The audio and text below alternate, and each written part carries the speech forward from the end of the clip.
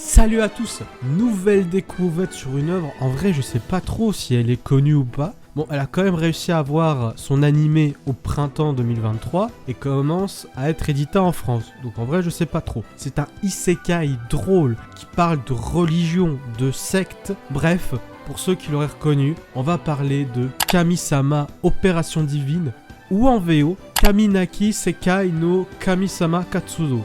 On préfère la VF, hein.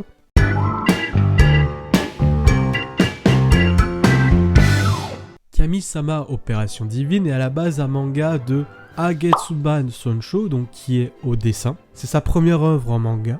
Et au scénario, nous avons Akishiro Yaoi, qui n'est pas du tout un débutant, parce qu'il a été le scénariste de l'anime Konosuba, de Fuka, de Seven Seed, de la première saison de Classroom of Elite. Donc il a arrêté les animés pour aller dans la création de manga avec un petit jeune. On va dire que le mélange peut être intéressant. Bref, donc ce manga est édité par une nouvelle maison d'édition que je connaissais pas au Japon, qui est Heroes, a actuellement une trentaine de mangas édités.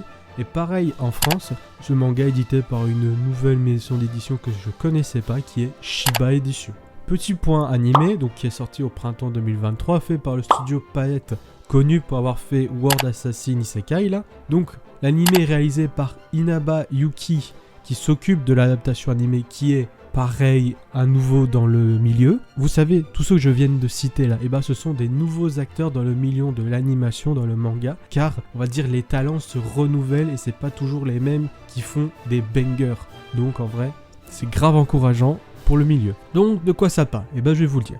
Nous suivons l'histoire de Yukito Urabe, un enfant qui a grandi dans une secte créée par son père, qui vénère la déesse Mitama. Son enfance n'a pas du tout été joyeuse, car il a été rejeté parce qu'il vit dans une secte. Un jour, il doit faire un rituel qui doit normalement l'aider à s'élever spirituellement. Sauf qu'il a été jeté dans la mer et meurt. Mais il s'est réincarné dans un autre monde, où il n'y a pas du tout de religion. Il se croit être débarrassé de la religion, mais en vrai, est-ce le cas ?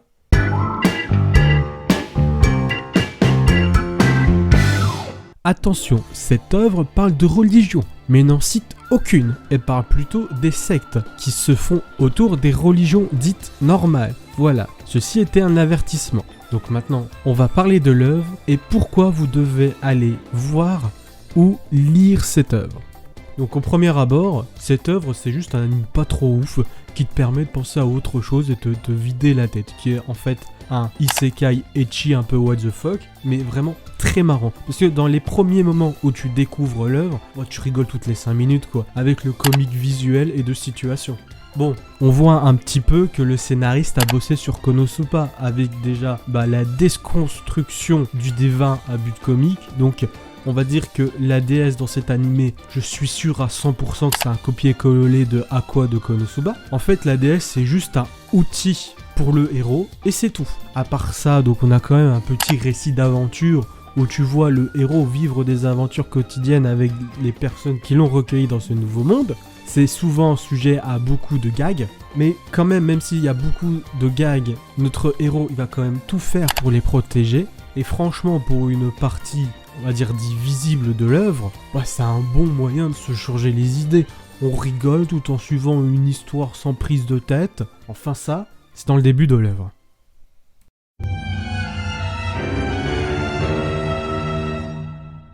Parce que sous ces airs d'œuvres joyeuses et rigolotes, ça aborde quand même des thèmes qui sont en lien avec notre société actuelle. Et pour cette seconde partie, je vais devoir spoiler l'animé. Donc si vous n'avez pas vu, allez voir l'animé. Donc dans cette deuxième partie, le héros va devoir révéler sa face cachée et faire comme son père, devenir un gourou de secte. L'animé devient un tuto comment devenir gourou de secte, qui a bien sûr été créé à but comique au début, mais après t'es un petit peu mal à l'aise, car toutes les interactions qu'il a avec les personnages a pour but que les autres personnages fasse des actions qui l'arrangent lui. Et ça te montre, entre guillemets, le côté sombre des sectes. En plus des sectes, ça aborde aussi l'avancée technologique. Si on fait rien, on court à notre perte. C'est pas moi qui le dis, c'est clairement l'animé qui dit si on fait rien niveau technologique, on va tous devenir des légumes.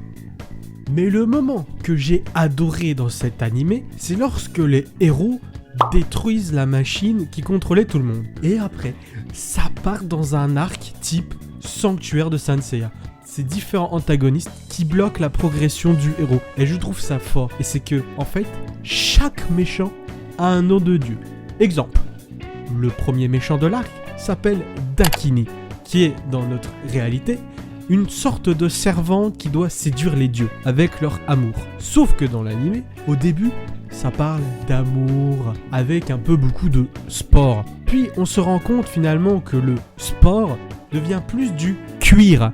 Voilà, je vous passe les détails, mais je pense que vous avez compris le principal. Et ce qui est bien, c'est que chaque méchant représente un vice de l'humain.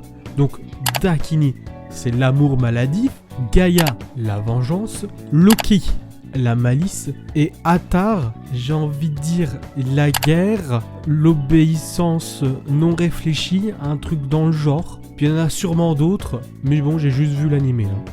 Puis aussi un thème un peu caché qui est en fait la confiance, vu que notre héros dans sa précédente vie n'avait jamais eu d'amis et que dans cette nouvelle vie où il commence à se lier avec les personnes qu'il a recueillies, est-ce que ce sont vraiment ses amis?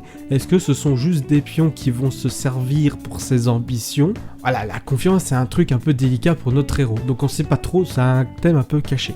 Donc finalement, la première partie de l'œuvre est sympathique, drôle, on passe un bon moment dessus. Et puis la seconde partie de ce que je viens de vous dire là, bon ça ressemble beaucoup à de la branlette avec ce que je viens de dire, mais en fait c'est juste, j'avais envie de vous faire découvrir cette œuvre, parce que je trouve qu'on n'en parle pas assez des œuvres qui sont juste là pour la détente, se vider la tête, penser à autre chose. Je sais, on n'en parle pas beaucoup, et puis je me dis, voilà, ça peut toujours être un bon concept de vidéo, de juste vous parler d'une œuvre sans prise de tête, pas trop. Après, si vous êtes juste là pour vous vider la tête, oubliez la seconde partie. Voilà, juste passer un bon moment, faites-moi des retours en commentaire. Voilà, bref, sur ce, on se dit à la prochaine fois pour une autre vidéo. Salut!